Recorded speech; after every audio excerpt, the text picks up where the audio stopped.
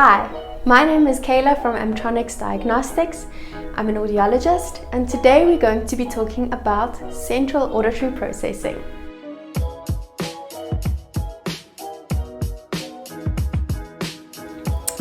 Have you ever heard the saying that we don't hear with our ears, we hear with our brain?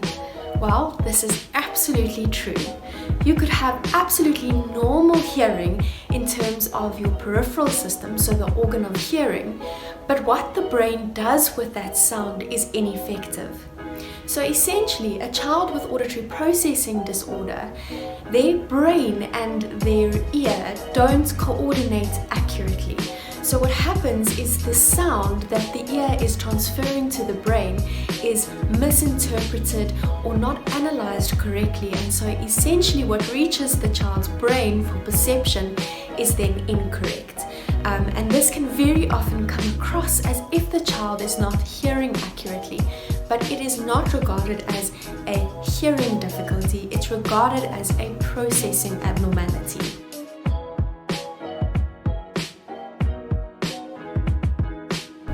So what does central auditory processing disorder actually look like in a child? So very often what we'll see is they display behaviors that make it seem as if they have a hearing loss, but when the audiologist tests their hearing, they identify that they are hearing at normal soft levels.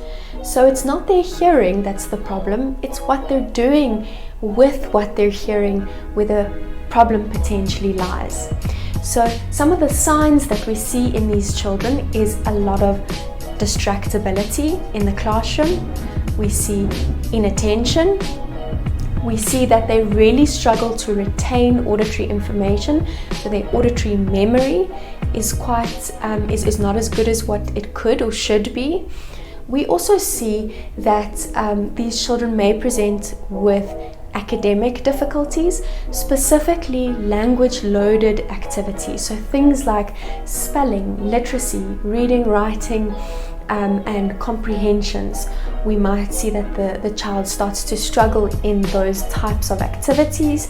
And what we can also identify is that these children struggle to hear information when there's noise in the background.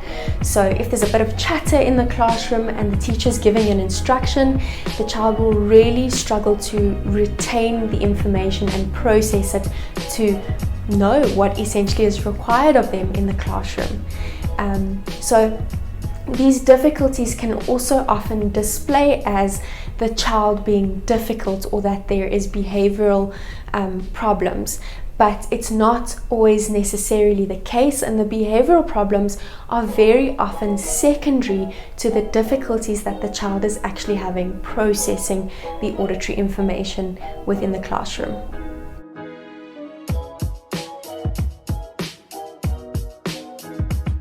The cause of central auditory processing disorder is for the most part unknown. It can occur in isolation, but it can also occur alongside other neurological or developmental delays or disorders. What we do know is that children who had a difficult birth and children that had a prolonged stay in the NICU after they were born, they appear to be more at risk of developing central auditory processing disorders later on. Another factor that can cause central auditory processing disorder, but it is secondary, is auditory deprivation, which basically means that your child is not hearing at 100% capacity. So a child who has a hearing loss, they will innately develop central auditory processing difficulties as a result of lack of exposure to sound. And those children as well that have chronic ear infections, so they may be hearing okay without infection, but they get ear infections quite frequently, which takes away their ability to hear at a 100% capacity. They may develop central auditory processing difficulties as a result of that.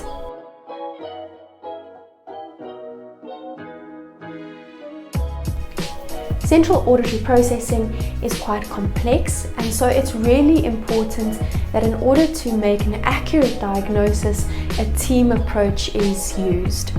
Very often CAPD can present quite similarly to things like specific language impairments and ADHD. Sometimes it's separate and the child is presenting with either one or the other, and sometimes a child could be presenting with both.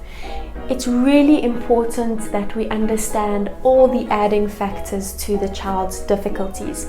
And so generally, the team that's involved with assessing a child for CAPD would be a speech language therapist, an educational psychologist, sometimes an occupational therapist will also do an assessment, and then finally, after your child has seen those professionals so that they can identify where possible difficulties are, in order to make the final diagnosis of CAPD, the audiologist will then assess the child.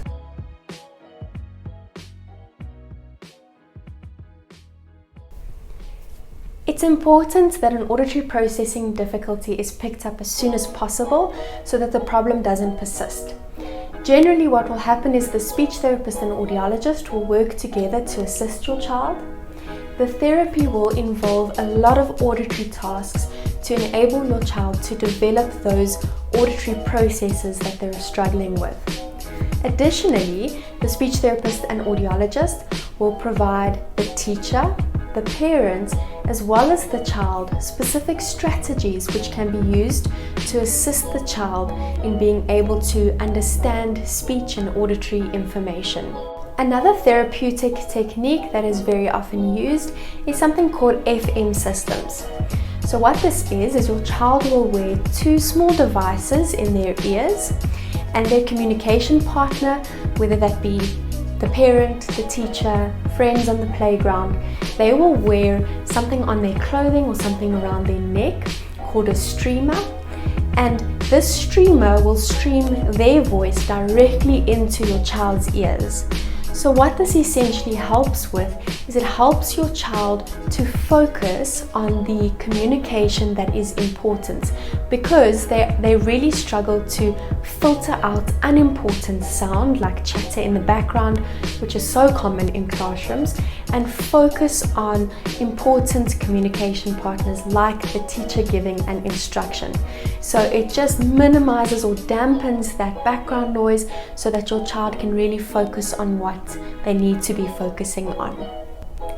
With the appropriate intervention, your child can most certainly lead a normal and successful life.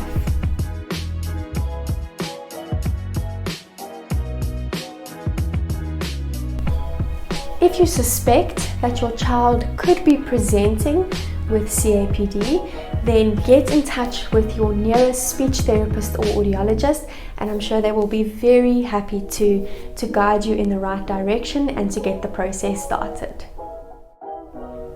That's all from us for today. Thank you so much for watching. We'll see you next time.